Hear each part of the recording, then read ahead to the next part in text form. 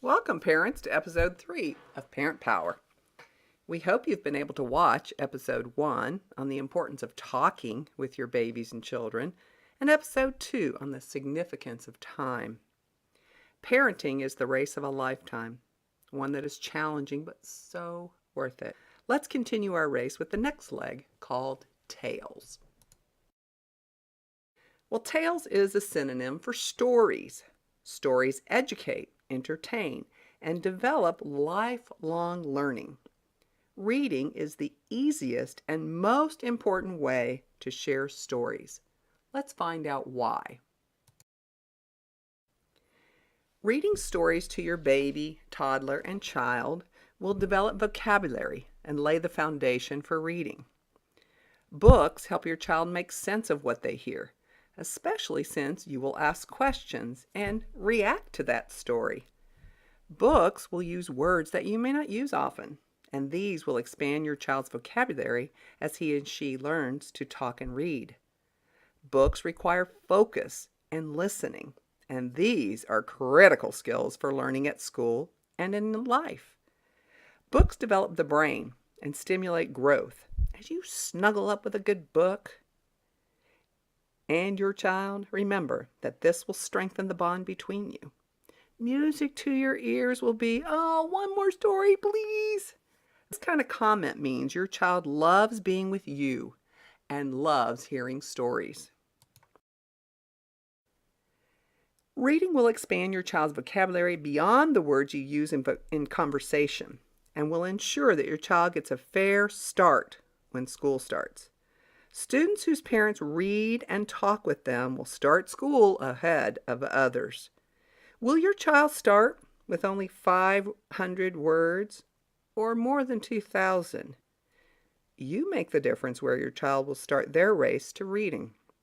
Your love and time from birth to 5 years makes you the difference maker.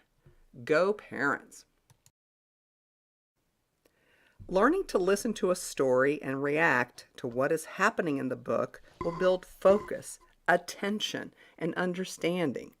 Not only does school require tremendous focus, but everything in life requires focus and attention. Driving, working, cooking, caring for others, and more. Your early foundation truly is the difference maker and wires the brain for this. Reading from birth helps children learn how to love books and love learning new things. What resources are available? Use the library. Libraries not only have books, but programs for children. It's a great place to take your children and build their love for learning. Closed captioning is available on your TV. Turn it on when your children watch cartoons. Allow your child to write or tell you a story that they want to write and make up these stories together. Even toddlers can tell you a simple story, and you can add to it. Read it and draw pictures for it. Enjoy reading and writing. Make it fun. It matters. Let me show you how your reading to your child makes a big difference. Look at the numbers. If you do nothing, will you be surprised when your child has difficulties learning to read once school begins?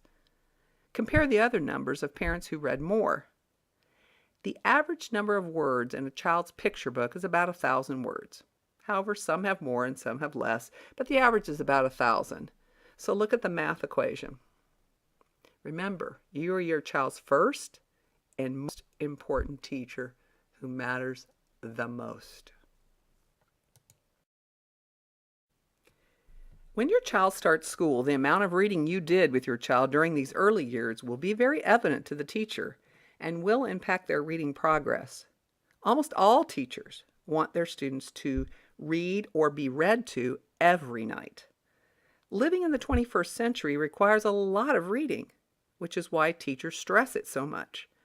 This century also requires us to be lifelong learners because the world changes at a much faster pace now. These early attitudes are important. We know that talking, time, and reading are difference makers for our children. The power of these simple tasks will ensure your child has the power he or she needs to be successful in this century.